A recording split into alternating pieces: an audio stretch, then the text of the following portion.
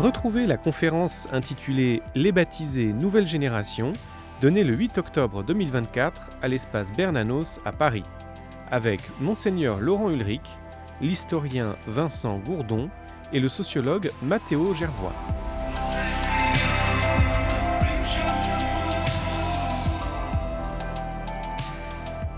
Bonsoir à tous.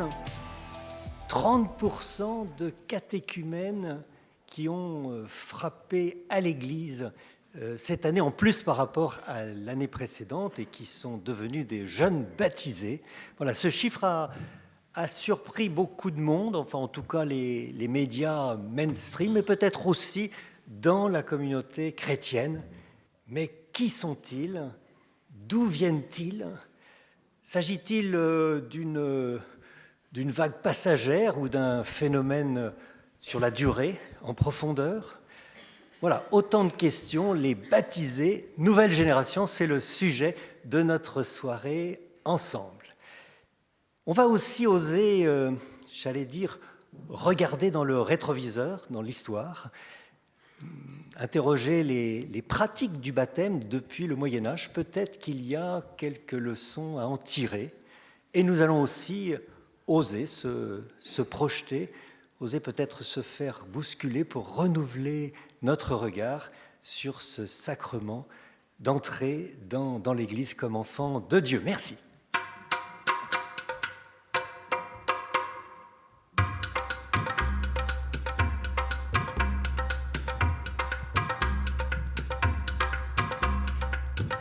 Alors, depuis l'espace Bernanos à Paris, je suis très bien entouré pour discuter de ce sujet. J'ai donc d'abord Monseigneur Laurent Ulrich, archevêque de Paris, en poste à ce lourd poste depuis 2022. Merci Monseigneur d'être avec nous. À ses côtés, à votre gauche, donc le jeune Matteo Gervois. Voilà, c'est un étudiant, jeune sociologue, qui est l'année dernière en licence en sciences sociales et sociologie et anthropologie à Nanterre, et son regard nous intéresse beaucoup. Et puis plus près de moi, l'historien Vincent Gourdon, voilà, qui est un directeur de recherche au CNRS, qui est un spécialiste de l'histoire de la famille, de l'époque moderne et contemporaine, qui a donc déjà écrit plusieurs livres. Je pense à l'histoire des grands-parents, je pense aussi au sacrement oublié, l'histoire de la confirmation. Donc il m'a été laissé quelques minutes pour présenter cet ouvrage. Donc évidemment, j'invite tout le monde à le découvrir plus en détail. Alors, quel est le sens de cet ouvrage? Donc, c'est une histoire synthétique des pratiques du baptême en France de la fin du Moyen-Âge à nos jours, avec une question simple, en fait, qui est posée, c'est comment étaient baptisés les Français à travers les siècles? Et qu'est-ce qui se jouait à chaque époque dans cette célébration, d'un point de vue religieux, bien entendu, mais aussi d'un point de vue social, d'un point de vue familial et d'un point de vue politique?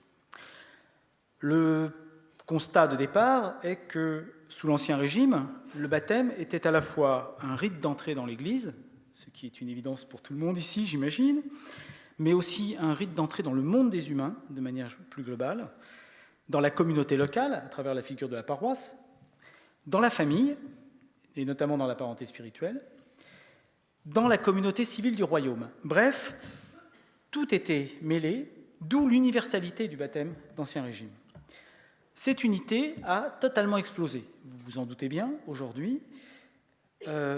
On a parlé de 30% de catéchumènes en plus, mais il faut savoir qu'il y a 30% de baptisés en France catholiques aujourd'hui, contre 90% dans les années 60.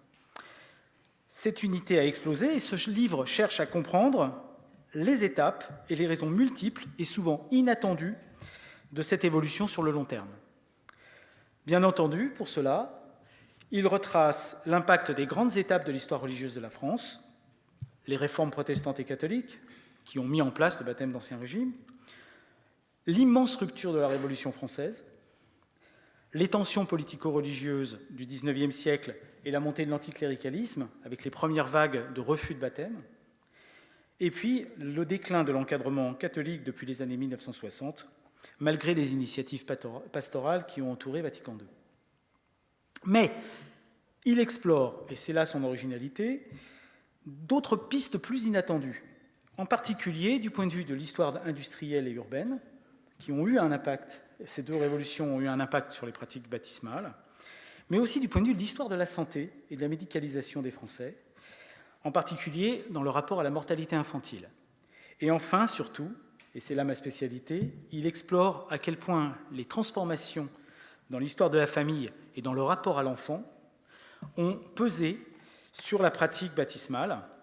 Ces transformations des relations familiales, sur lesquelles nous allons peut-être parler plus en détail, ont pesé notamment par le biais de la valorisation du couple parental, et notamment la transformation du rite de baptême en une fête de famille, à partir du XVIIIe, XIXe siècle, mais aussi dans la reconnaissance de l'autonomie de l'enfant. Et ça, je pense qu'on en parlera sur la question du catéchuménat. Ces évolutions absolument centrales, qui ne sont pas les seules, ont pesé sur le mode de célébration du baptême, je l'ai dit. Elles ont bousculé, à travers les siècles, un clergé qui était longtemps resté fidèle à un modèle tridentin et qui était hostile à toutes les dimensions profanes du rite.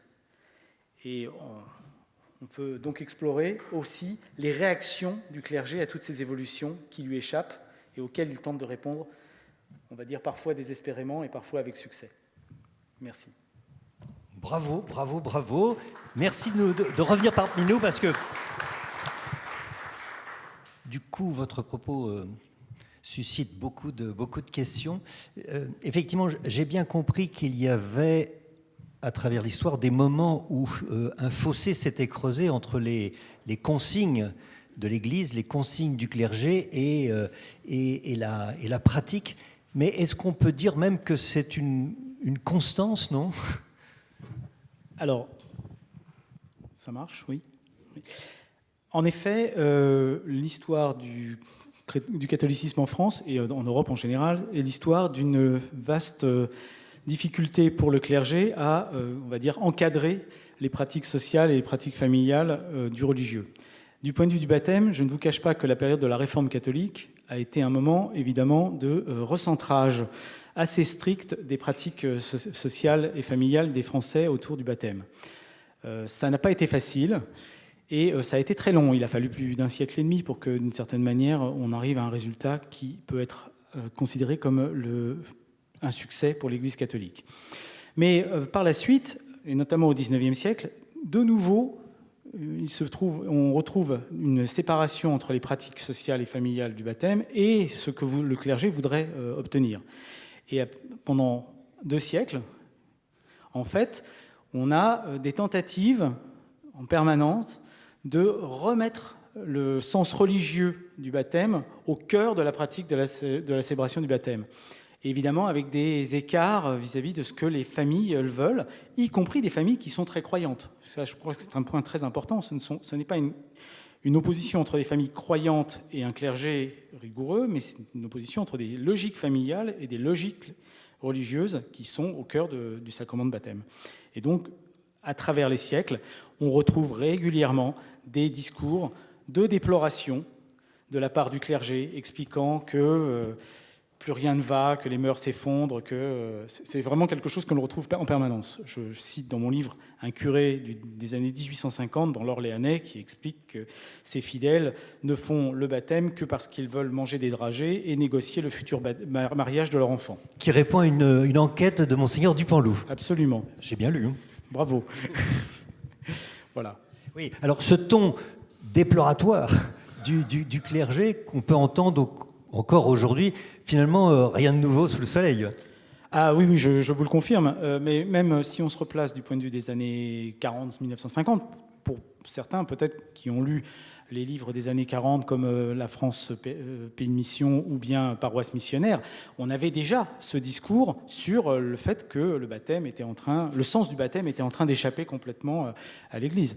Et on a eu des réactions assez fortes, notamment autour de la directive pastorale des sacrements de 1951, qui essayait de trouver une solution à cette situation en parlant de la mèche qui brûle encore et qu'il fallait exploiter pour redonner du sens chrétien à la cérémonie. Monseigneur, vous voulez réagir ? Il y a un vicaire de Paris qui avait écrit à son archevêque vers 1870, je crois. La foi se perd à Paris. Monseigneur. Voilà, Tout à fait. déjà. Déjà.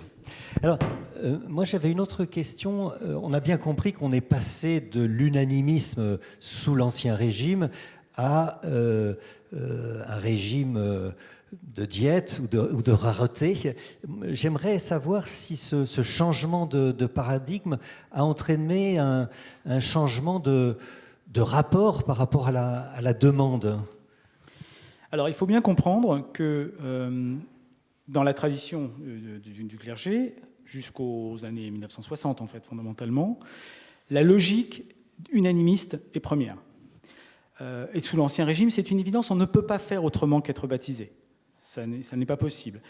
Après la Révolution française, même si un certain nombre de gens ne sont pas baptisés, la logique du clergé est de retourner à cet unanimisme de l'Ancien Régime. Et jusqu'aux années 60, on va dire que globalement, c'est à peu près acquis. Dans les années 60, on est à peu près à 90% de baptisés catholiques. Si on ajoute les juifs, les protestants, etc., on n'est pas très loin de l'unanimisme, du religieux, je veux dire. Mais dès la fin du XIXe siècle, on voit dans certaines régions, notamment à Paris, on en vient de le citer, mais aussi en Limousin, c'est moins connu, des zones dans lesquelles cet unanimisme s'effondre. Et alors à ce moment-là, la question pour le clergé va être différente. Que doit-on faire ? Puisqu'on ne peut pas imposer l'unanimisme, puisqu'il n'y a plus la loi qui l'oblige comme sous l'Ancien Régime, est-ce que l'on doit être strict, sévère vis-à-vis des familles qui pourraient s'éloigner du religieux, ou au contraire être extrêmement souple pour garantir au contraire cet unanimisme? Et là, on a une ambiguïté qui va durer pendant un siècle, sachant que par ailleurs, le clergé catholique a très très peur que les familles qui seraient en butte à un curé un peu plus rigoureux que les autres se tournent vers le protestantisme. Et que donc, la concurrence l'emporte d'une certaine manière sur le catholicisme.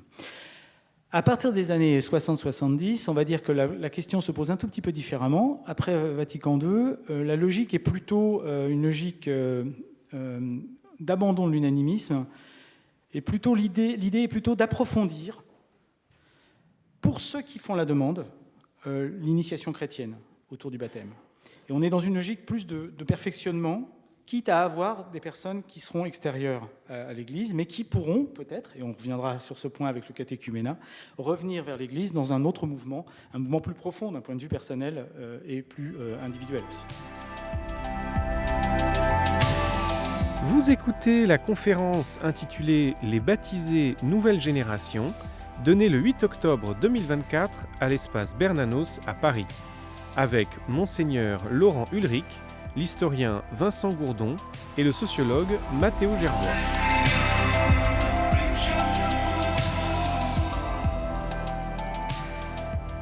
Moi j'ai souvenir lors de l'élection du pape François, tous les biographes nous parlaient de l'intervention du cardinal Bergoglio qui avait ordonné en 2012 par lettre à l'ensemble de son clergé de baptiser tous les enfants, c'est-à-dire même ceux issus des relations extra-conjugales ou élevés par une mère célibataire, ce qui était loin d'être l'évidence à Buenos Aires à l'époque.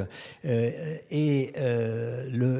pape de nous dire, ce sont les hypocrites d'aujourd'hui, ceux qui éloignent le peuple du salut. Monseigneur, quelle est la position aujourd'hui de l'Église de France ? On baptise tout le monde ? On baptise ceux qui se présentent. Voilà. C'est-à-dire qu'un certain nombre de familles demandent le baptême pour leurs enfants. Et ensuite, ceux qui ne demandent pas, parmi ceux-là, il y a ceux qui, arrivés à l'âge adulte, même jeunes adultes, disent « il y a quelque chose qui me manque ». Et donc, le chemin à faire est important avec les uns et avec les autres. Bien sûr. Vincent, je voudrais passer des heures avec vous, mais ce n'est pas possible. J'ai encore peut-être une question, mais voilà, vous l'avez compris, l'histoire peut quelquefois nous donner des éclairages pour notre aujourd'hui. On a bien compris on devine que les conversions d'adultes, parce qu'on veut parler un peu des catéchumènes, des adultes qui demandent le baptême, étaient rarissimes ou inexistants sous l'Ancien Régime. Mais il y en avait quand même quelques-uns, donc c'est intéressant de savoir qui étaient-ils avant la Révolution, ces catéchumènes. Alors, si on parle au niveau français et pas en Amérique latine, pour que les choses soient claires, en France, les seules baptêmes catholiques possibles, par le biais de conversion, étaient les juifs. Puisque les protestants pouvaient devenir catholiques sans avoir besoin de faire un baptême. Mais les juifs qui se convertissaient sous l'Ancien Régime étaient extrêmement rares, ne serait-ce que parce qu'il y avait très très peu de juifs en France. Et d'autre part, c'était un arrachement absolu pour un juif que de devenir catholique. C'était un arrachement par rapport à sa communauté absolument complet. Il changeait complètement de nom par ailleurs. Il pouvait d'ailleurs divorcer aussi à ce moment-là. C'était un des avantages de la conversion. Donc, par contre, un des avantages de la conversion, un autre avantage de la conversion, c'est qu'ils étaient souvent parrainés par des personnages extrêmement illustres. Donc, par exemple, des grands de la cour, le roi, la reine, alors à Rome, le pape, enfin, etc., etc. Ils avaient des parrainages parce que c'était un moment de victoire de l'Église sur le judaïsme. Et il fallait le mettre en scène. Et donc, ces cérémonies de conversion, qui étaient très rares, étaient extrêmement spectaculaires. Encore au début du XIXe siècle, quand il y a une conversion de juifs à Paris, on fait une cérémonie de baptême à Notre-Dame, en grande pompe, avec un discours apologétique absolument gigantesque, qui est publié en livre à chaque fois qu'il y a un juif qui est converti. C'est pour vous dire le caractère spectaculaire de la chose. Mais c'était très très rare, je vous le confirme. Bon, donc je vous invite à lire ce livre, c'est passionnant. Quelque part, on croit dans la France d'aujourd'hui déchristianisée, avec beaucoup de familles qui viennent en curieux faire du bruit dans nos cérémonies de baptême. Voilà, avant le Concile de Trente, rassurez-vous, c'était beaucoup plus grave. Ils venaient avec des tambours et il y avait des fêtes qui coupaient le prêtre dans la liturgie du sacrement, enfin, d'où le Concile de Trente pour. Mais après, ça a mis quelques siècles à corriger le tir. D'ailleurs, pourquoi le gallicanisme français était plus long Alors en fait, bon, effectivement, c'était très compliqué de mettre de l'ordre dans les cérémonies baptismales. Bon, il y avait plein d'enjeux. Par exemple, vous avez parlé du bruit, mais il faut savoir que les sonneurs des cloches étaient payés par les parrains et marraines, et donc tout le monde se précipitait sur la cloche pour être celui qui tirait les cordons de la cloche et être payé par les parrains et marraines. Donc vous imaginez, et donc il a fallu que l'Église intervienne pour interdire de sonner les cloches pendant les baptêmes. Enfin, vous voyez, des choses comme ça étaient absolument. On tirait des coups de fusil, on venait en armes, on parlait tout le temps. Les prêtres se plaignaient qu'il y avait du bruit en permanence, que personne n'écoutait ce qui se passait. Enfin bon, c'était une catastrophe, et qu'on dansait à la sortie de l'église. Enfin bon, bref, tout ça était absolument scandaleux. Et donc pourquoi ? Parce que en fait, l'église tridentine est obsédée par l'idée de la pureté religieuse. Donc le rapport sacré-profane doit être absolument respecté. Donc ce qui est sacré doit être absolument mis en valeur, et ce qui est profane doit être éliminé. Parce qu'on est dans une logique très dualiste. Le profane étant du côté du péché, en fait, tout simplement. Voilà. Donc, il faut mettre de l'ordre, et c'est très compliqué, parce que les populations ont investi ces gestes de signification extrêmement large, jusqu'à des protections des maladies, hein, tout simplement. Il y avait des gestes qui permettaient de protéger l'enfant pendant la cérémonie. On tournait, par exemple, l'enfant sur l'autel pendant les baptêmes, de façon à le protéger de la colique. Des choses qui nous paraissent complètement farfelues étaient absolument courantes dans les sociétés d'Ancien Régime. Bon, message pour le clergé d'aujourd'hui, arrêtez de vous plaindre, c'était pire avant, en quelque sorte. Ah si, un petit mot sur l'économie des parrains et des marraines. C'était une grosse industrie à l'époque. Alors effectivement, les parrains et marraines, le choix était très stratégique parce qu'ils faisaient des cadeaux. Ces cadeaux pouvaient être très élevés. Si vous étiez par exemple parrainé par le roi, votre fortune était faite. Vous receviez par exemple un bijou en diamant, et donc c'était bon. Et plus une pension à vie pour votre enfant, etc. Donc c'était très prisé d'être parrainé par le roi ou la reine. Non, plus sérieusement, c'était vraiment des choses qui avaient un enjeu financier assez important, ce qui fait qu'il était assez courant, avant le Concile de Trente, de demander plusieurs parrains, d'avoir plusieurs parrains. Il y a même en Italie des cas d'enfants qui ont été parrainés par 30, 40 personnes, qui donc avaient 30, 40 cadeaux. Donc c'est une anecdote qui n'est pas dans le livre mais qui est très significative. J'ai discuté une fois avec un missionnaire qui était au Pérou et qui avait interdit le parrainage dans sa paroisse parce qu'en fait ça ruinait les familles. Les dons attendus des parrains et marraines ruinaient les familles qui avaient été choisies.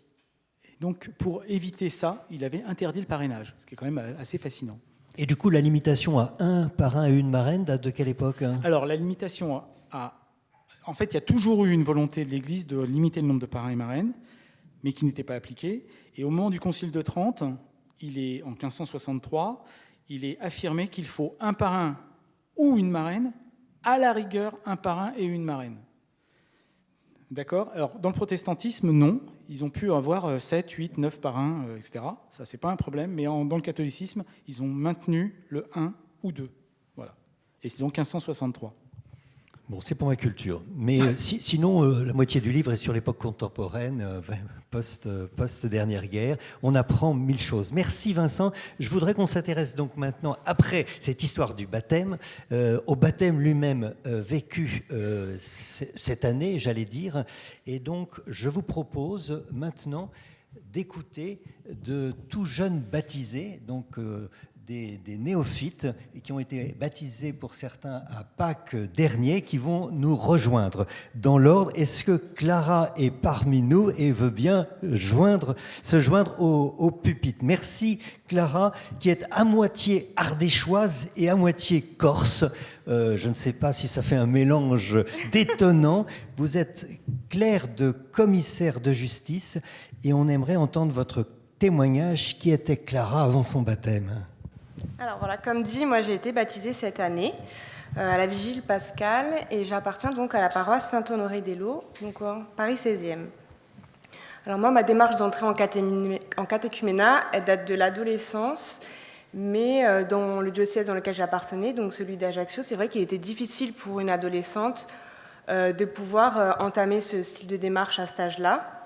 Donc du coup, j'ai toujours eu cette idée en tête et j'ai pu la mettre en œuvre une fois que j'étais stabilisée professionnellement. Et grâce à la paroisse Saint-Honoré-d'Eylau qui m'a accueillie chaleureusement et qui se trouve être en face de chez moi. Donc c'est vrai que ça m'a facilité aussi ce parcours pendant ces 18 mois.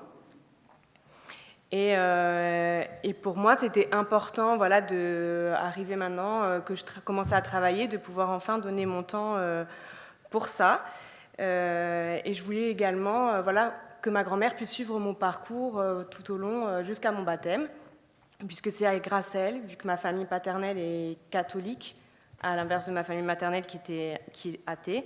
Et donc c'était, vu qu'elle m'a fait découvrir l'Église et ses usages, pour moi c'était important qu'elle soit toujours là dans le cadre de mon parcours également. Sachant que le fait d'avoir grandi en Corse, qui est une région plutôt catholique pratiquante, les usages de l'Église, ils ont une influence même chez les athées, parce que les grandes fêtes, tout le monde y participe. Et c'est vrai qu'on grandit quand même avec ces fêtes religieuses comme tout à chacun, et on les partage malgré le fait qu'on soit ou non baptisé. Et moi, ce que j'ai pu tirer donc, de ce catéchuménat, c'est aussi l'intégration au sein de la paroisse, parce que c'est une paroisse qui est riche avec de nombreuses activités paroissiales, et dans laquelle on peut être accompagné pour ces différentes activités, que ce soit dans le cadre de notre accompagnateur de baptême ou d'autres paroissiens bénévoles, notamment pour les soirées de louanges, d'adoration, l'association Hiver Solidaire, les processions qu'on peut faire ou des journées de pèlerinage, et ça permet de rencontrer du monde et de s'intégrer justement aux différentes activités que l'on a. C'est vrai qu'on a la chance d'avoir une paroisse assez riche en activités par rapport à ça. Voilà. Merci Clara de ce témoignage. On comprend que votre enfance a été bercée aussi par ces fêtes religieuses, ces fêtes populaires, et mine de rien, ça a de l'importance. Voilà, on va continuer avec Sarah. Merci Sarah de nous rejoindre au pupitre. Donc Sarah est de famille multiculturelle. Elle aussi, sa maman était musulmane. Ce que je comprends dans l'histoire de Sarah, c'est que c'est un long mûrissement, un long parcours avant d'entrer en catéchuménat. Racontez-nous cette histoire, Farah. Merci. Bonsoir, je m'appelle Bibi et mon nom de baptême, c'est Sarah. Et je suis d'origine de l'île Maurice. Ma maman était musulmane, mais non pratiquante. Et mon père, qui allait à l'église, on allait pendant les fêtes de Noël, Pâques. Et comme on vient dans une famille monothéiste, et il y a plusieurs religions, des musulmans, des hindous, des chrétiens. Et comme à l'île Maurice, on est tous ensemble. quand il y a la fête, on va chez les chrétiens, on va chez les hindous, chez les musulmans. Et à l'âge de 15 ans, j'ai commencé à sortir avec mes copines. Et là, j'ai commencé à aller à l'église. Et là, j'ai découvert Jésus, Marie, enfin, toutes les statuettes qu'il y a dans l'église. Et puis, je suis venue en France à l'âge de 18 ans. Et là, j'ai commencé à aller à l'église toute seule. Je continue à aller à l'église, à la messe. J'allais beaucoup dans dans les messes des malades, à Notre-Dame-de-Victoire, Saint-Nicolas-des-Champs. On allait dans l'adoration et tout. Et après, j'ai eu mes 2 enfants. Les pères étaient non pratiquants aussi. Et là, mes enfants ils ont grandi. Et on a commencé à prier, à lire l'Évangile et aller à la messe tous les dimanches. On faisait les chapelets tous les soirs avec NDLM. Et puis, j'avais ma marraine qui était ma marraine. On allait beaucoup à l'église. Et j'avais des amis. Pendant que j'ai travaillé, j'avais des amis, des collègues et tout qui étaient croyantes. Et après, ça fait 10 ans, je voulais baptiser et tout, mais comme les enfants, je voulais pas la forcer. J'ai attendu, j'ai dit aux enfants, moi je suis prête pour les baptêmes, mais je sais pas vous, qu'est-ce que vous pensez? Et les enfants, comme ils étaient avec moi, on allait tout le temps à la messe, on regardait beaucoup des films chrétiens et tout, on a vu la Passion du Christ, enfin plein de films. Et on a été à Lourdes, on a été à Ligier, Sainte-Thérèse. Et puis un jour, un samedi, les enfants m'ont dit, voilà, on est décidé pour vous baptiser. Et là, j'avais une joie. Et je suis partie à l'église, ça s'appelle Notre-Dame de Cliancourt. Et c'est là que j'ai demandé mon baptême et je suis baptisée l'année dernière. Et j'ai fait partie d'une association des hivers solidaires là-bas. Et on fait des dons, des donations avec des amis. On récolte des vêtements, des chaussures pour les pauvres. Voilà. Et on fait des tâches, on nettoie l'église. Je piche à l'église Saint-Geneviève où j'habite. Et Notre-Dame des Cliancourt. Voilà. Aujourd'hui, je suis heureuse. Je suis un enfant de Dieu. Ouais. Mille merci, Sarah, la joie de Sarah.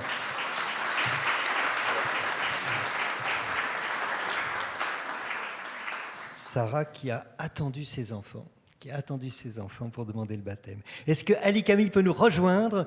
Voilà, nous allons avoir un dernier témoignage. Et là, je remercie vraiment Ali Camille, double culture aussi, d'accepter courageusement, j'allais dire, de témoigner, puisque vous êtes passé à travers une adversité de vie qui a bousculé votre vie. Merci, on vous écoute avec grande attention. Merci, absolument. Je suis de parents franco-libanais et j'ai hérité d'une transcendance dans la transmission de l'éducation de mes parents, mais pas du tout d'une foi ni d'une éducation religieuse. Et j'ai eu un chemin, pour l'essentiel, intellectualisant dans mon rapport à la foi. Et je butais toujours sur l'acte de foi que je n'arrivais pas à exprimer. Et ce chemin d'une dizaine d'années, on peut le diviser en 3 tiers.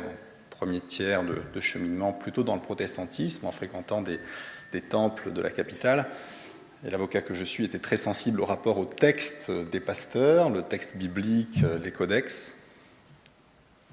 Deuxième phase que je qualifie de traversée du désert, où je pensais n'avoir pas trouvé parce que je me sentais davantage finalement instruit que nourri dans cette première partie de mon chemin. Et ensuite, la nuit de l'accouchement de la naissance de mon fils, effectivement, dans une maternité catholique bien connue du 15e arrondissement de Paris.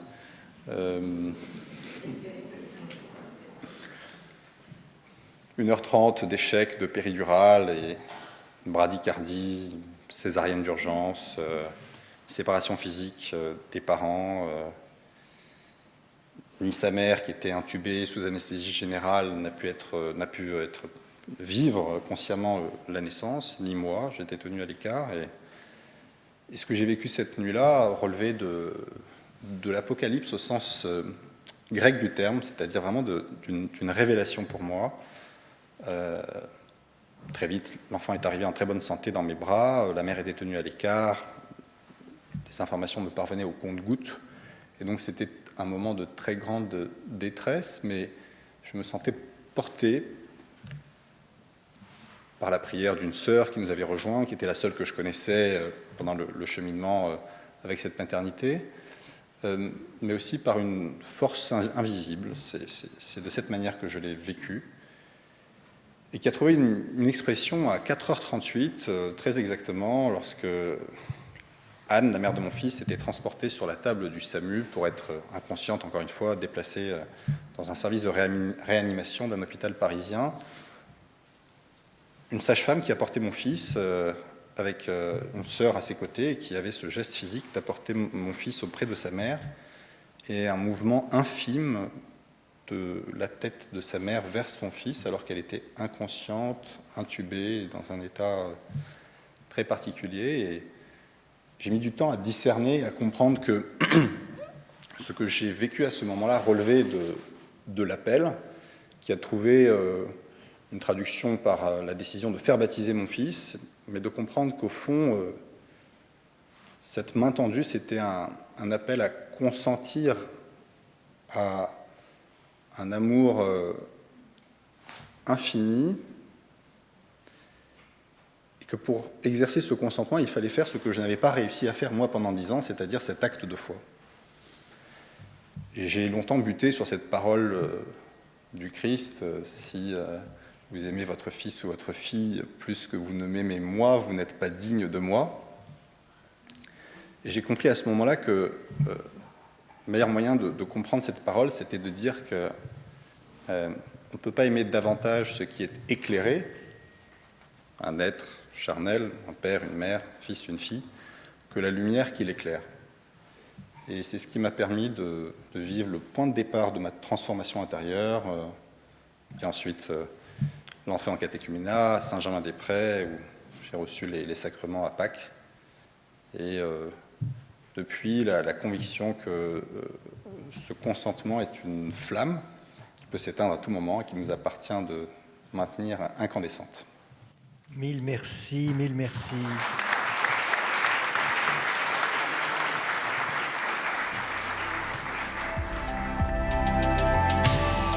Vous écoutez la conférence intitulée « Les baptisés nouvelle génération » donnée le 8 octobre 2024 à l'espace Bernanos à Paris, avec Monseigneur Laurent Ulrich, l'historien Vincent Gourdon et le sociologue Mathéo Gervois.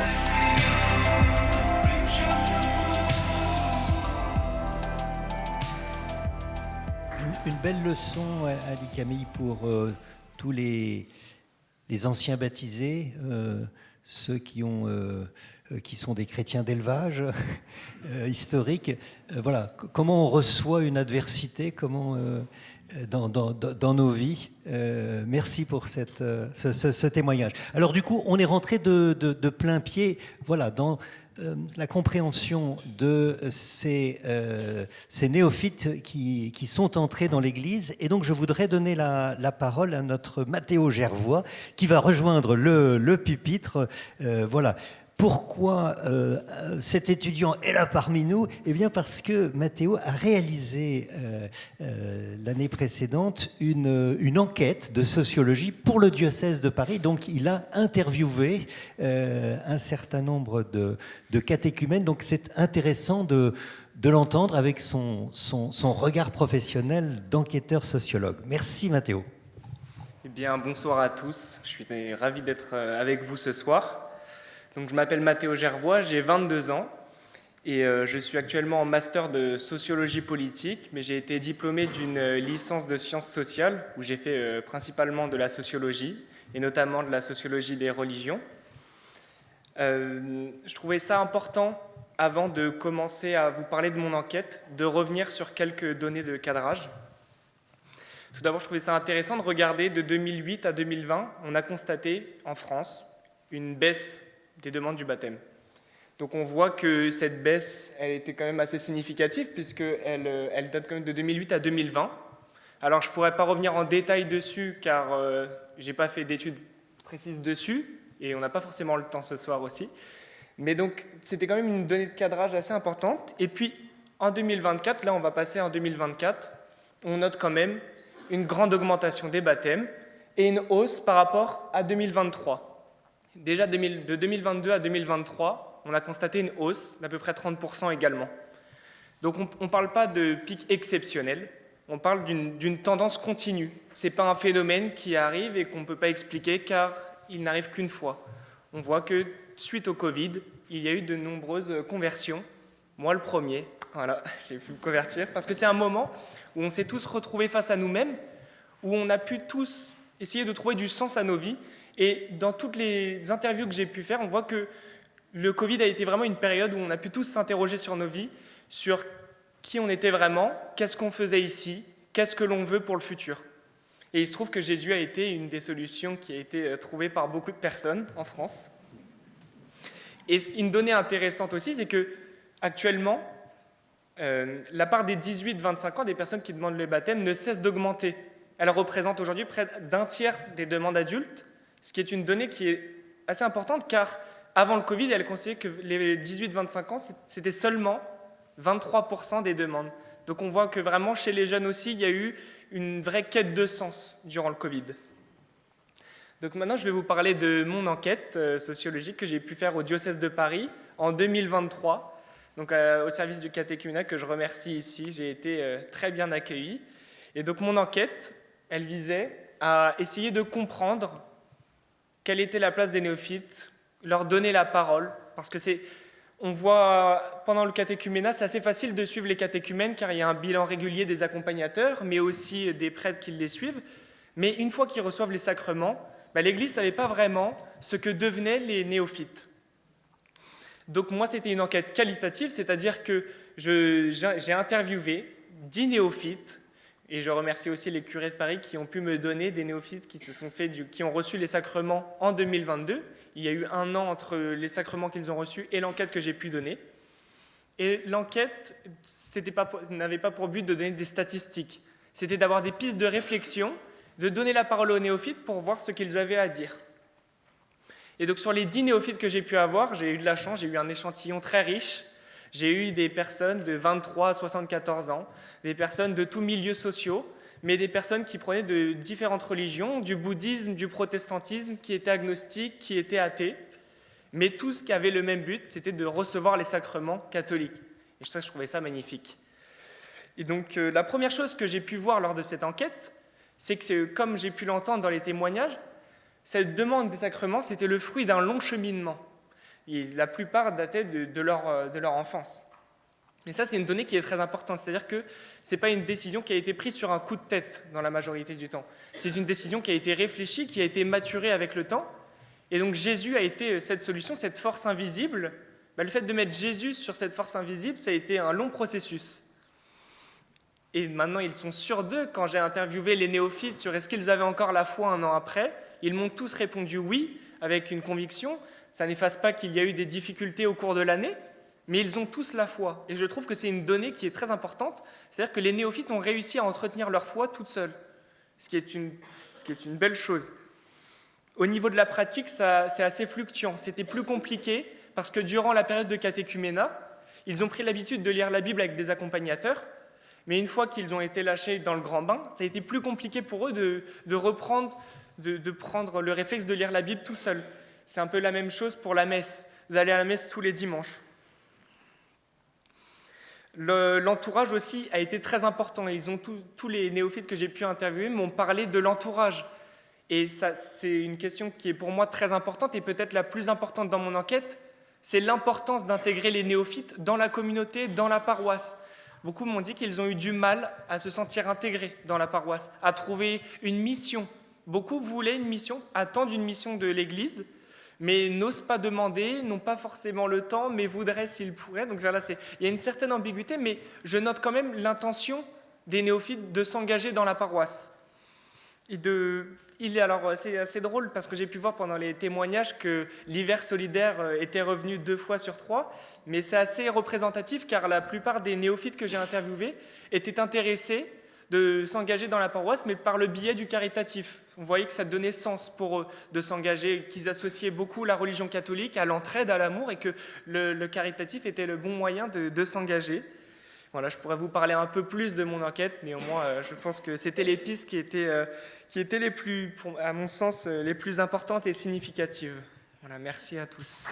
Merci Mathéo.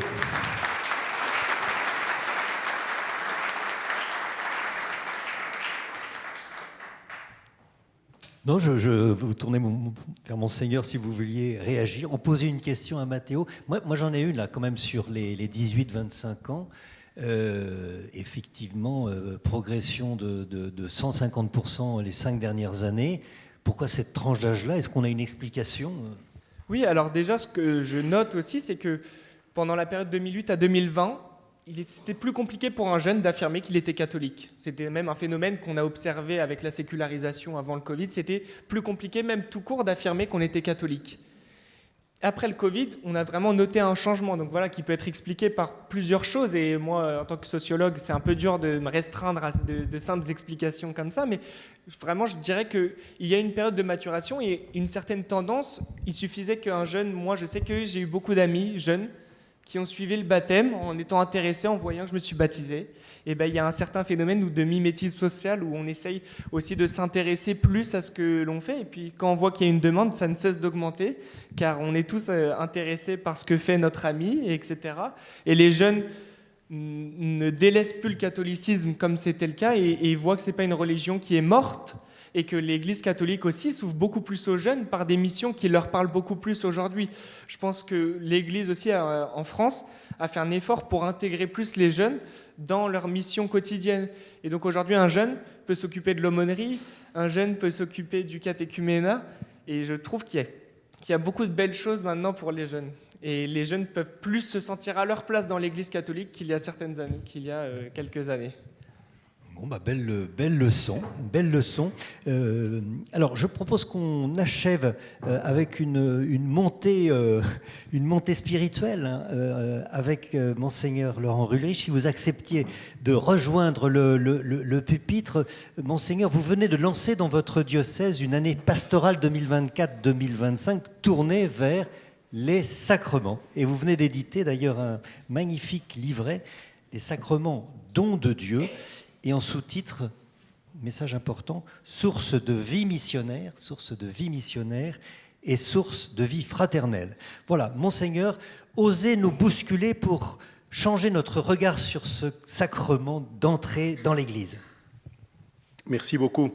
Quand vous m'avez demandé de participer à cette soirée, évidemment, je l'ai mise en relation immédiatement avec ce projet diocésain que j'ai proposé déjà depuis un moment, dont j'avais parlé dès la première messe chrismale et que j'ai renouvelé cette année. Et je suis très heureux que soit paru ce petit livret « Les sacrements, dons de Dieu », préparé par une équipe à qui j'avais demandé de le faire. Et de se relancer sur le sujet, j'avais expliqué comment il me semblait qu'aujourd'hui, la pratique sacramentelle ayant fortement chuté, y compris parmi ceux qui se posaient comme pratiquants il y a quelques années seulement, c'était vraiment le moment de la réinitialiser dans notre vie de chrétiens pratiquants, parce que probablement le témoignage nécessaire à donner au monde autour de nous avait besoin d'être, regonflé. On avait besoin de savoir de nouveau comment en parler.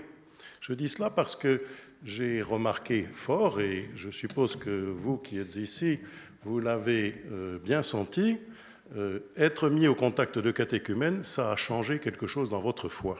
Voilà. Ça, c'est très clair, et c'est vous, laïcs, c'est vous, prêtres, et c'est vous, diacres, et c'est vous, religieux et religieuses, qui avez vécu cette transformation parce que vous avez été mis au contact de gens qui voulaient entrer dans une démarche croyante et pratiquante. Alors les choses ont effectivement beaucoup changé. Matteo nous a dit qu'il y avait eu à la fois une grande baisse pendant 10 ans, c'est vrai, elle a été très, très forte, et puis tout d'un coup, Covid, voilà.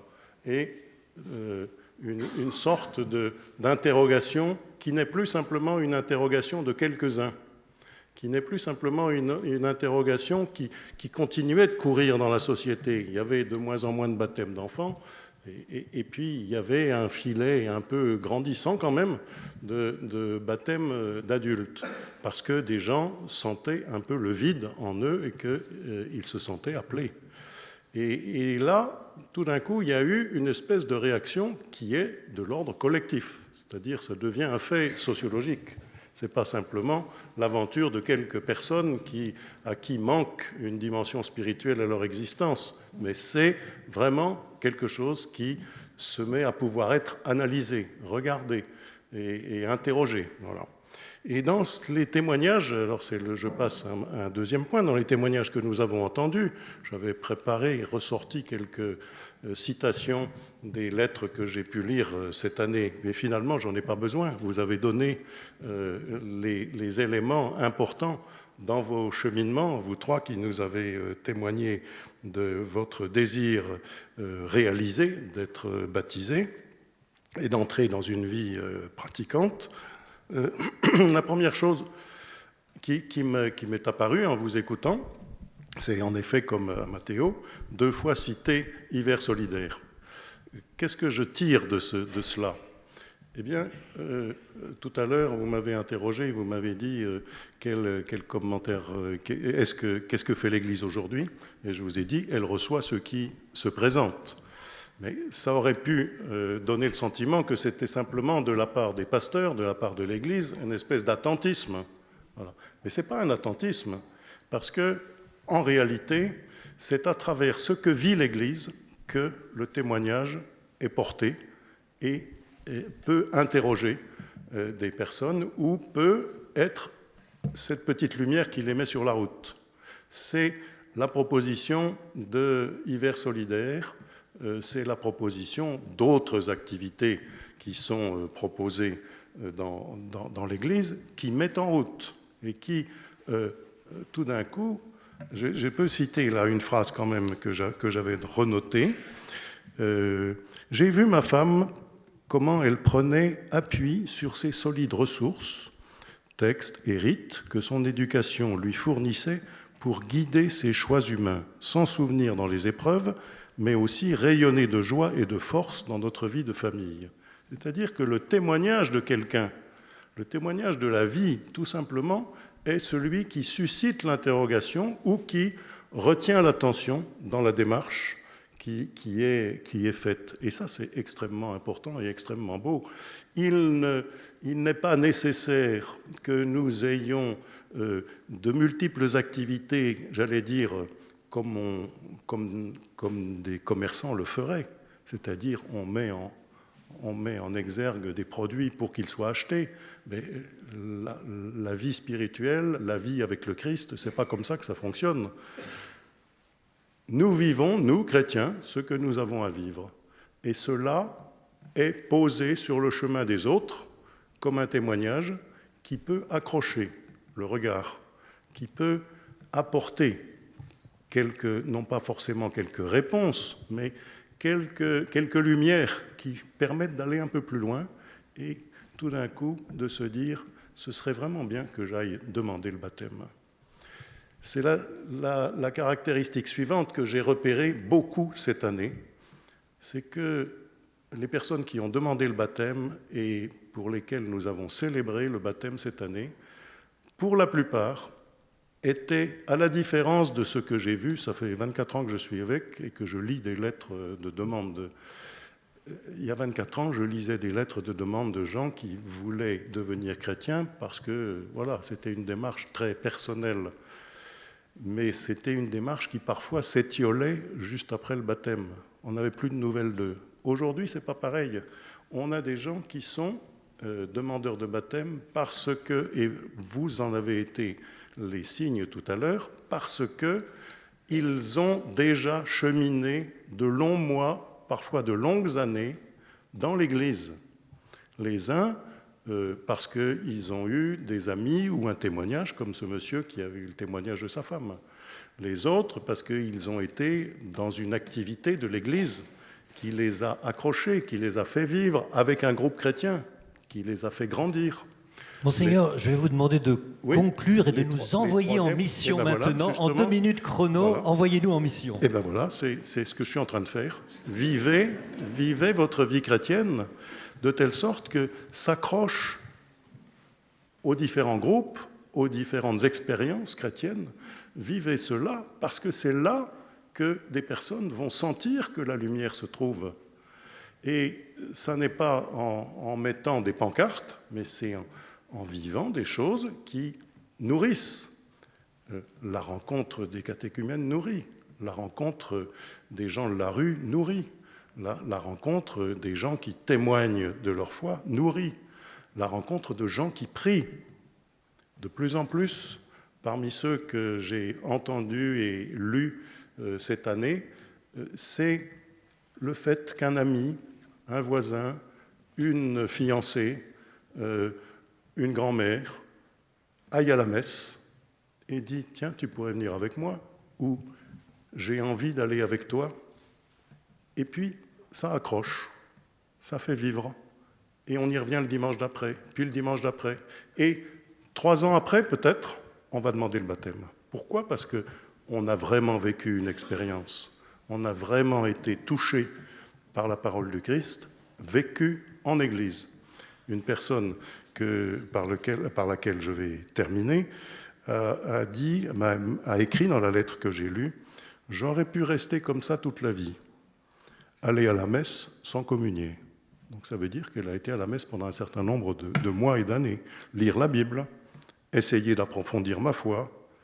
Mais j'ai réalisé que quand je serai plus vieille, au moment de regarder en arrière dans ma vie, je regretterai infiniment d'être resté sur le bord du chemin. Je pense que c'est un signe magnifique qui peut nous entraîner et je suis heureux que beaucoup de gens dans le diocèse puissent profiter de cette année et peut-être encore de l'année prochaine autour des sacrements, dons de Dieu. Belle conclusion, merci Monseigneur, merci.